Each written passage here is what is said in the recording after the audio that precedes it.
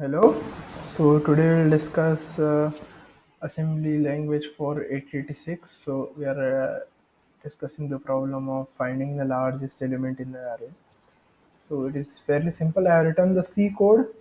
Okay, so yeah, I have written the C++ code here. So what it is you initialize the integer I is equal to 0. This is our counter, or you can say call it as a pointer to point in the array. And this is our max element. We have defined an reference variable, let's say, called max element, and initialize it to array of 0. So we initialize the counter, that's it. So then you write a for loop. What you do is I is equal for I is equal to 0. So this is the initial statement. It's okay if you don't write it because you have already initialized I with 0. So it's fine. This statement runs only once. So yeah, we will write it uh, just for the sake of completeness. And then this is the conditional statement. So what this does is every time in the loop, whenever the loop ends, whenever the loop is about to start, you check this. If this condition still holds, you go on forward with the loop. If this condition doesn't hold, then you break out of the loop. That's it. And this is the code statement. Like this will happen every time in the loop once. So we generally use it for increment of the pointer. Yeah, so this happens once every time in the loop. So this has to happen in the loop. So yeah, and based on this condition we go on in the loop or not. And then this we write the statements in the curly braces like this. So this curly braces is a code snippet. So this code statements have to execute inside this for loop. These code statements are inside this for loop, you say. Inside this, what you have is another yeah. So we have another conditional statement. So this is a conditional statement. What we do is, if the max element is smaller than any of the array element still, or of I, this is our pointer. Then what you do is you replace the max element with the array element. Then this max element is, what you do is you increase the max element, and you replace it with the last seen greatest element. So yeah, so this happens. So if this condition is not true, you go to else, and you do a continuous statement. Now this else is not usually required, but you have to write it in assembly. You cannot get away with not writing the else statement. Okay, so yeah, what you do is we start with the initialization step. So let me just initialization step is we what we do is okay. So first of all, we need this n and this a array.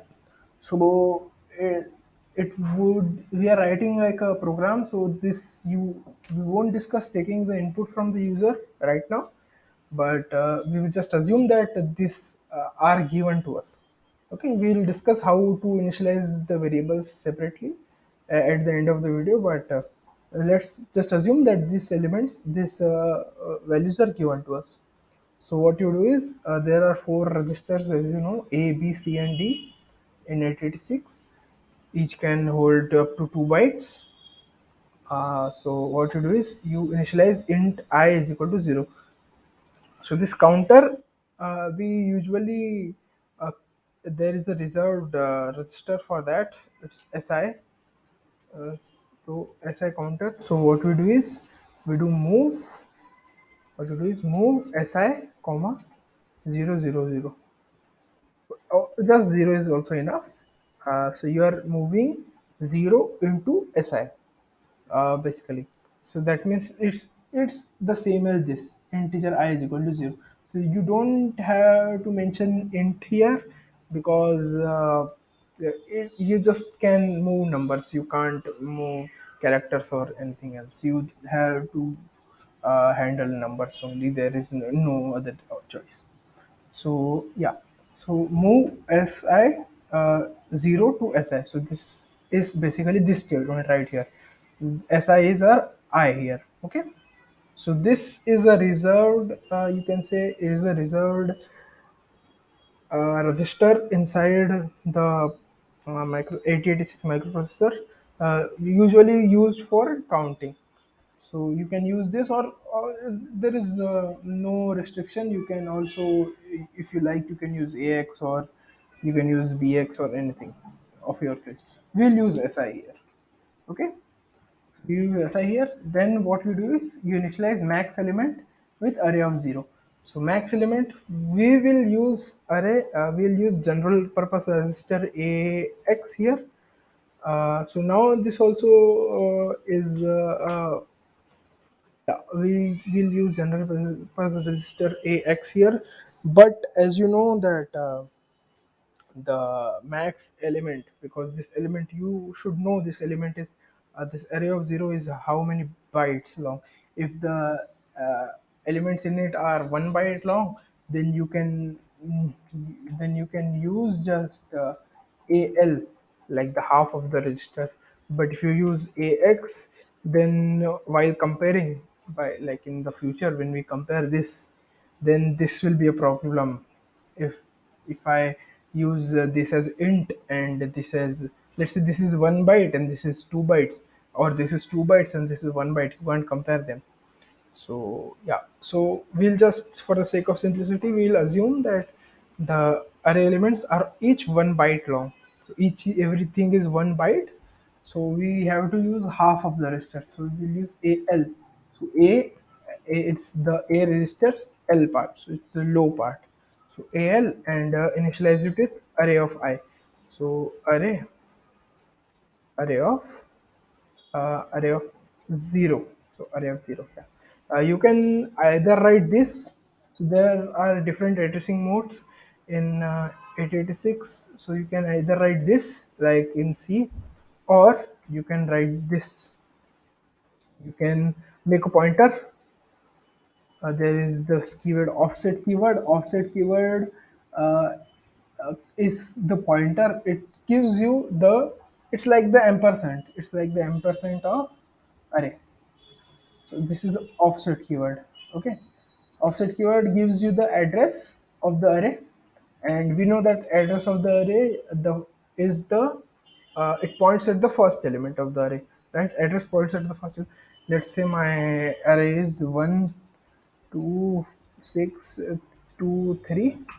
The so if I want the address of the array, I will return the first address of the first element. So it would it will give the address of the first element, and to access the address of the first element, like the access the value that is at the address of first element, you just put it in square brackets. This will also work. What this will effectively do is offset of array will give you a pointer pointing to the first element, and the square braces would calculate that pointer. Like it would return the value which is at the first index. So you can either do this, or you can also, you can I just do this. You can also just do this also, like array. Just you can write array because array is just the first element of, and it is already evaluated. So just for the sake of simplicity, for understanding, we'll use this. In 8086 microprocessor, there are different addressing modes. That's why there are so many different methods with which you can access the memory. In another processors, there are very less addressing modes. Like in this processor, there is a single addressing mode, which with so you don't have much flexibility there. So you have to use that. So there you have, here you have many options. So we'll use this right here. So we are done with this statement right here. So we have initialized the our counter and our max element. So you can do use anything here. You can use BL, BX, any point, any um, register you can use, but we are using AL because yeah, why not? So now we have to write this for loop. Okay, so how to write this for loop? Uh, it You start by writing this code statements, like the curly braces inside the for loop. You have to start by writing this first. Okay, so how would you start? By writing the code snippet. The code snippet is written, is it is usually given a name. You have to give a name. So let's name it start. Like what is start? Start is this block of statement, this block of code, right? In C++ and another languages, what we do is we do this, right? There you, this is a block of code, right? This inside the curly braces is a block of code. We are writing this. So how to initialize the block of code? You just name it and give a colon. So this is a block of code. Then it is up to you. It is not indentation specific. Either you can indent or not. We'll indent here for just to make it look good. So what to do is you start, and how you end the loop is okay. So let us not discuss this first. We'll just discuss the for loop. So you start. Then what to do is um, go down the block, and then you have to loop back to start, right? So we loop back, so there is a statement loop and you back to start. Either you can use this, it will loop back to start, but it is not recommended to use this. I'll discuss the use cases of loop keyword later, but what we'll do is we jump back. We jump to start, right? We jump to start. Now, when would you jump to start? When I is less than n. If I is less than n, you jump to start. Like you do it once more. So here I is SI, so you compare. So what will do is I'll compare SI with N. This is this compare SI with N is this, and according to its result, I would decide whether I have to jump back or not. If SI is less, if SI is less than N, I'll jump back. So how would you represent SI is less than N? So instead of using JMP jump, you can use JB jump. So what does JB jump do? JB jump is jump if below. So jump if first operand is below second operand. So first operand is SI. If it is below N, you jump back to start. So it's not equal to, it's just I less than N. So jump below start. So this effectively is your for loop. We haven't discussed I is equal to I plus 1 yet, but it after, okay, so we can use I is equal to I plus 1. Like you can either you can do this add SI and you can add 1 to SI, or you can just do this. You can just do this increment SI. Increment SI, what it does is it increments SI by 1. Okay, it increments SI by 1. So effectively increasing our SI a counter. So it is equal to I is equal to I plus 1. So what happens is, yeah. So this is your for loop, basically your for loop. So what you do is you start, you start, and you will write a code here, and after all the code is done, what you do is you increment SI. Like this is I plus plus, like here it happens is equal to I is equal to I plus 1. Then you check if I is less than n. If I is less than n, you jump back to start. If it is not, you don't, you continue. So if it continues, you break the loop, you break out from the loop. What you do is will halt the program. Will halt the program. Yeah, will halt the program. Okay. So if it is below, you jump back to start. JB is jump back where to start. The start block will be executed again. So jump back to start if SI is below n. If it is not below n, you halt the program. Okay. So this is the basically else statement. You don't have to write like there is no way of writing else statement here. If it does not jump, it goes further. If it does not jump, it goes further and it halts. It just halts. So that is our for loop. So this is our structure of for loop. This will be used over and over. So I recommend you to pause the video and go through it once, or just um, repeat it again, like going backward in the video. So now we'll discuss this thing. If max element is less than array of I, you do this. If it is not, you do else. Right?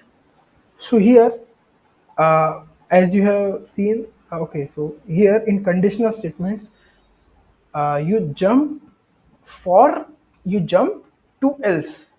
Understood? So okay, so what does that mean, jumping to else?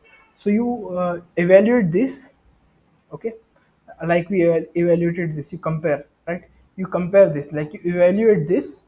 If this is false, if this is false, you jump to else. Otherwise you don't do anything, right? Don't do anything means you just go on. You go on here. You go on here. Okay.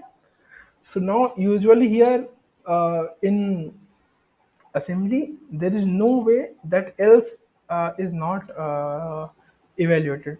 So let us see what do I mean. I'll write code and then let us discuss.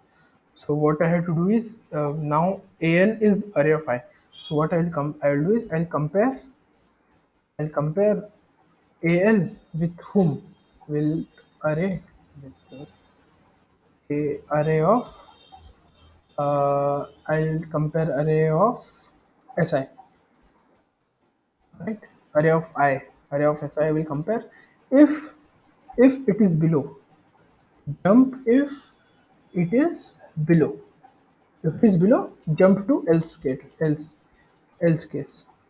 Okay, so I'll write the else case here. Else is just continue. Else is just continue. So I'll just keep it this way, like else I am not writing anything. So means else means this whole block will be like else I'm not writing anything. So this won't do anything, and we jump just to else, and this block is evaluated further. Okay. So if it is not, there is no, what you do is you replace it with array of I. How to replace with array of I? You move. What you do is you move to AL. What? Array of I. Array of SI. See, it's simple. This AL is equal to array of I. Same. Max element is equal to array of I. You just push this value into this variable. You push this value into this variable, and that's it. That's it. This is your program to find the largest element and then array. So now let this, you might be a little confused with this compare, like this if else block. So what happens is, if let's say if I initialize a variable, move, let's say I am using dx. Okay, dx, move dx, and let's say I initialize it to 0, and let's see how much times else block gets evaluated. So what I'll do, inside else I'll write uh, like here this increment dx. If I do this, so what do you think will happen? Like if it is, so I'll compare with SI. I'll jump to else if AL is below SI. I'll jump to else. I'll jump to else. If I don't jump, what I'll do is I'll replace the AL with array of I, and then what would happen? And then whether or not else block is evaluated or not, that is our question. So the answer is yes, it is evaluated. So what will happen is I will evaluate one, like let me write in comments. I'll evaluate one.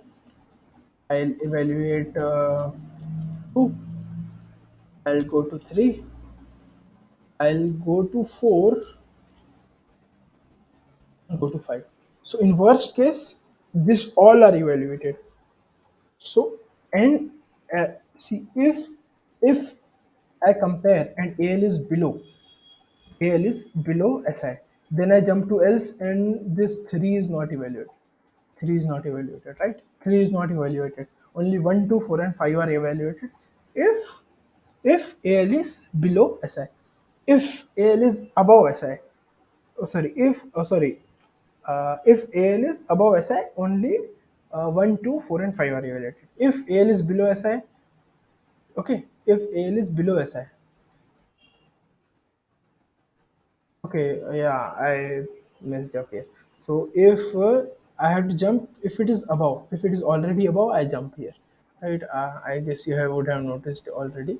So this, like, if it is above, you notice. If it is less, cool. You are writing the not of this. Okay. Jump if above. If it is above, you jump to else, right?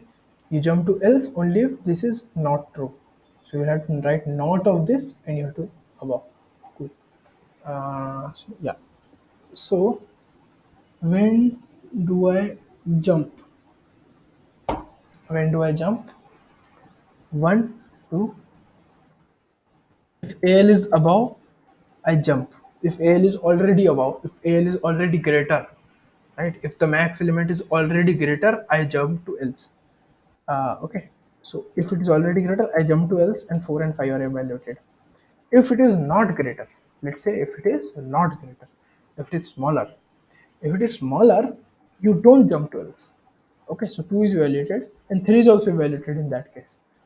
And do you think that else case is also evaluated or not? Like the 4 and 5 will be evaluated or not evaluated?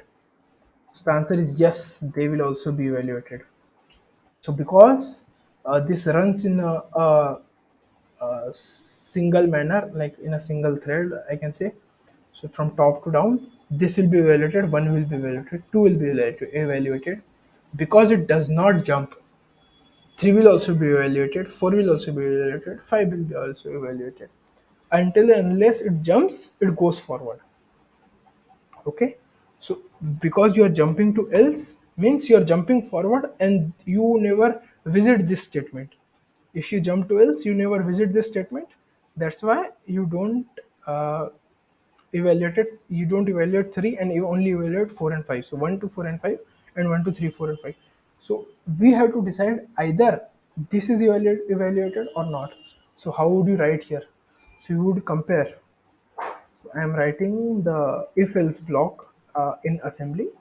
So what you write, you will compare uh, or compare, let's say, yeah, compare max element.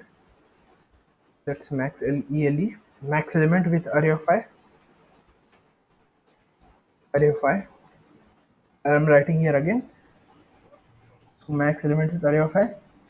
If now I have to do this, right?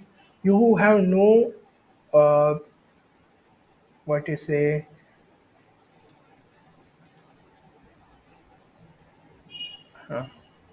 ठीक है. Okay, so you have no,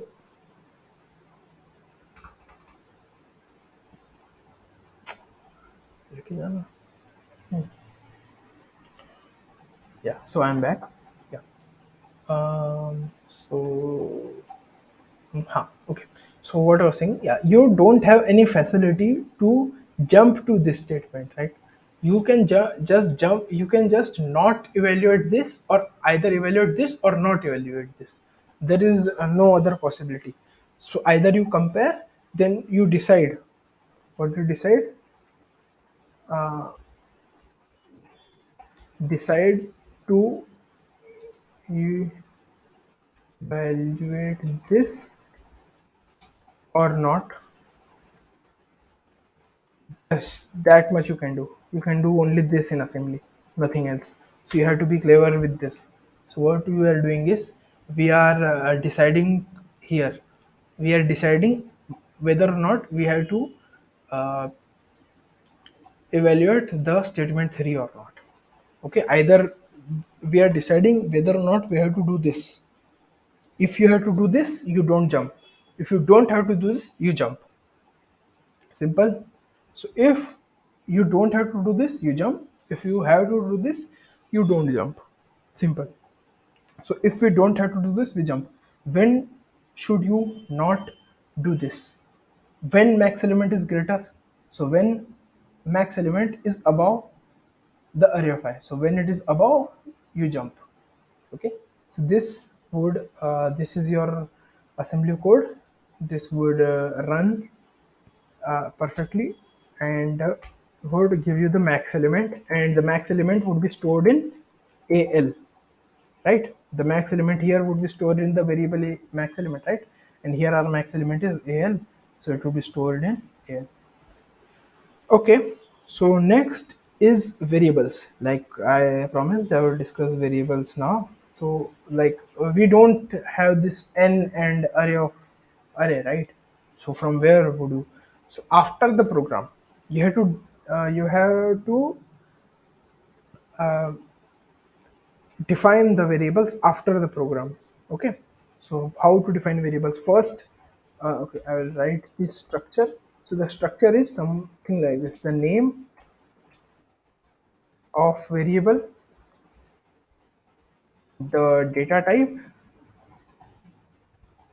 type of variable, and the data of variable. Okay, so the data type is ambiguous here because the data type only you are offered two types of data bytes. Byte either it is a byte or a word. What is word? Word is just 2 bytes. Either it is single byte or 2 bytes. So basically saying it is either it is 8 bytes, 8 bits, or 16 bits. You can just define that. Nothing else you are allowed to define. Okay. So name of variable is let us first define this n. So what is n? So n, I'll define n, capital N. So name of the variable is n. Next, what is that data type?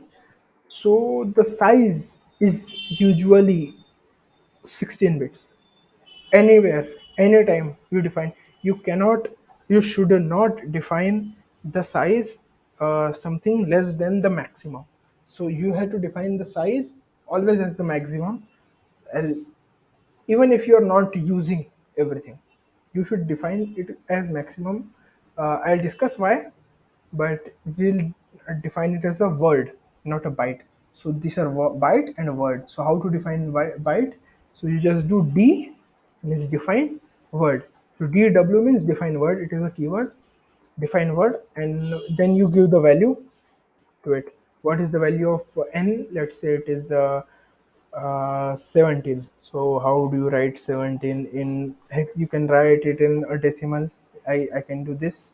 I can do this 17. This is in decimal, or I can do 0011, and I can do h. So h means hexadecimal, any type you want. So let's say it has 11 elements. So I would define it as A and B. B in hexadecimal, right? B in hexadecimal. I am writing in. Okay, cool. Yeah. So B in hexadecimal, I have defined it in hexadecimal. You can define it in decimal or binary also. You are free to do so. And then we'll define array. So now array, the name of our array is just array. Okay. Array, as we used here, the name is array. So we are defining it as array. And then you define what the elements of the array are, what the elements of the array data type is. So you can define 8 bits or 16 bits, like, and we defined it as 8 bits initially. As I said, we used AL, means it is 8 bits. So we'll use 8 bits. What is 8 bits here? So you do define byte, db, define byte. db is define byte, dw is define word. So define byte, and this is now array, and defining a single element and defining the array is same, exactly same. You just give multiple values. So if you do this 5, if you do this 5, then array will be a single byte element which will have value 5 stored in it. Else if you do this 5 to 7, 11, 3, 6, 1, to do this, this will create an array. There is nothing difference in this, nothing difference in uh, initializing a variable of single byte and variable of array. You can do this, or if you do this dw, this all of these values will be set in a word, like all of this will be 2 bytes. So but we are doing this. So now I have defined n. So n is 11. It's b. In hexadecimal is 11. So I need to give 11 values here. 23, 7, 7 values. Uh, 8, 9, 10, and 11. Okay, so these are 11 values.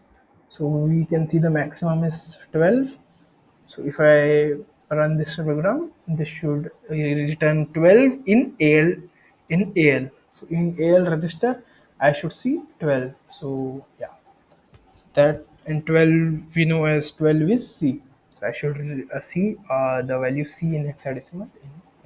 So yeah, these are the two types, DW and DB, by which you can define variables. So let's just compile it first. So we see it compiles effectively. So either you can save the compiled file or not. It's up to you. I'll just emulate. So yeah. So what happens is, this is our source code, this is our emulator. So either you can look at the source code or not, it's up to you. It just highlights, if you go single step, it just highlight which step are you on. If I run, see, it loops back and forth always, and the emulator is halted because we put halt HLT. Then it shows the value, it is halted. And as you can see in AX block, I have C. So C is the maximum value which I had. And yeah, so this works. And if you want to check, like, I can do this. If you want, let's say 100, let's just see if it works or not. Emulate, either you can go single step, or you can just run, it will run all the steps for you. And yeah, and yes, indeed 64 in hexadecimal is 100. Okay, so 6 into 16 plus 4. Cool. So yeah, so this works, we know this works. And yeah, and then you can just copy paste this into our code, into your program here, right? You have to write program. And then how to get this table. So I did not discuss how to get this table yet. Okay, so I'll just pick something. So how to get this table, right? I'm discussing how to get this table right now. So how to get this table is, you go to compile. Okay, let it compile. You compile it. What to name it? I'll name it uh, find max. Find max. Find max in array. So yeah, I'm naming this. I save compiled file. I save the compiled file, and it's saved. You go into view. Go into listing. You view the listing, and yes, then you have this. This is your program, and this is effectively what you have to write uh, in your report. So I so the writing this is in this in uh, the table is very difficult like this. So what I do is, I copy this, I go into VS Code, I do this, I paste it here. So then I do some VS Code magic. So I do Shift Alt, and I just select all of this. I delete them. I use multiple cursor. I delete this. Ah, so no. I do this and tab. I do this and then select them. I can select, sorry, I can go here, I can select this. I have selected this, and then I can just, if I am in the word, I can just paste it like this. So I just have the machine code. Okay, so these are the addresses. These are all addresses. Wait, let me just show. Uh, these are all addresses. These are the machine codes, like the center row is machine codes, and these are the instruction that you have given. Effectively, you can just write it in that way. You can just close this. Close this. You can just write here, and then you can define the input and the expected result. An emulator result is the same as this, like when you emulate it and you let's see, you run it. So the final result is here, right? So what I do is just control and just keep the new, keep this, you copy this, right click and copy this, and just go and paste. You can paste it anywhere, right? You can paste it anywhere, right? Either here or just here itself. Let's see if I paste it, right? So yeah, that's it for this video. Thank you for watching, and